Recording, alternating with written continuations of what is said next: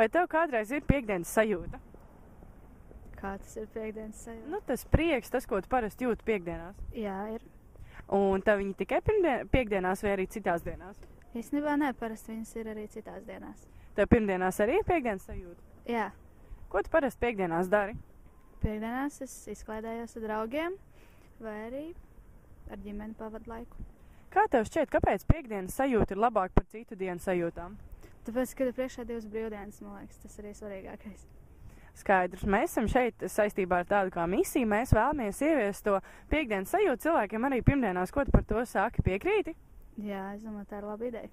Ļoti jauki, un tad mums arī 21. martā būs balīte šeit pat Mērhausā, kur tad arī tā ir arī pirmdiena, un arī tu esi ļoti laipni tur gaidīt, tiekamies tur.